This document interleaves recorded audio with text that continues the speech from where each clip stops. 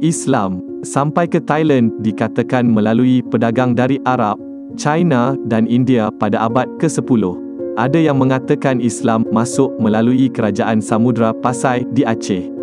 Kawasan pertama di negeri Gajah Putih yang menerima Islam ialah Patani. Patani cukup terkenal kerana mempunyai sebuah pelabuhan yang strategik pada zamannya.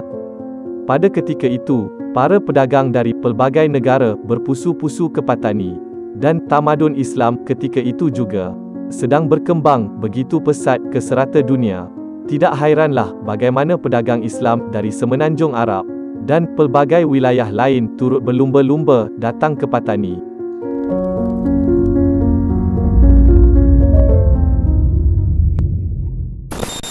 Kedatangan Islam ke Patani.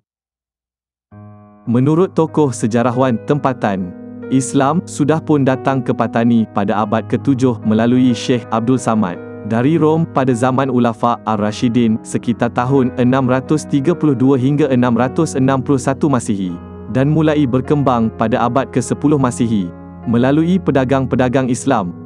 Perkembangan dan kemajuan wilayah Patani sebagai daerah perniagaan dan maju menyebabkan Raja Payatunakpa, pemerintah kerajaan Buddha Intira, memindahkan ibu kotanya dari kota Mahligai, juga dikenali sebagai kota Malika, ke Patani. Beberapa sumber mengatakan, Raja Payatunakpa kemudiannya memeluk Islam dan mengambil nama Sultan Ismail Shah, iaitu sekitar tahun 1457 Masihi. Kota Mahligai berada di wilayah pedalaman Patani dan kedudukannya tidak strategik, menurut Ensiklopedia Islam. Dengan demikian, ketika ibu kota pemerintahan Buddha Intira dipindahkan ke Patani, umat Islam sudah ada yang bermukim di wilayah itu. Perkampungan saudagar Muslim sudah terbina di Patani jauh sebelum wilayah itu menjadi ibu kota pemerintahan Buddha Intira. Dengan hadirnya perkampungan Muslim, penduduk Patani sudah pun mengenal Islam. Bahkan, sekitar 300 tahun sebelum perpindahan ibu kota ke Patani, penduduk di wilayah itu sudah banyak yang memeluk Islam. Ini kerana ketika berdagang, para saudagar Muslim berdakwah menyebarkan agama Allah.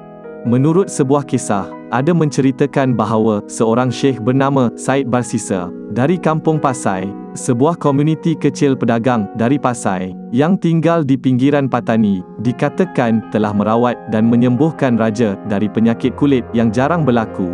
Setelah beberapa kali proses rawatan, Raja Payatunakpa akhirnya bersedia untuk memeluk agama Islam dengan nama Sultan Ismail Shah, dan semua pegawai Sultan juga bersetuju untuk menukar agama kerana dakwah dari Syekh tersebut. Pendapat dan versi kedatangan Islam ke Patani. Ada beberapa pendapat dan versi tentang proses masuknya Islam ke wilayah Patani. Versi pertama, Islam sampai ke Patani dari negeri Champa. Pendapat itu berdasarkan penemuan batu nisan yang bertarikh 893 Hijrah.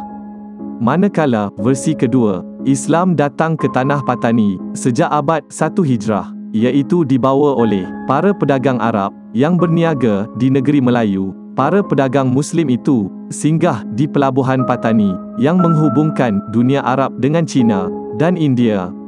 Versi ketiga, agama Islam tersebar ke Patani melalui kerajaan Samudra Pasai yang terletak di utara Pulau Sumatera.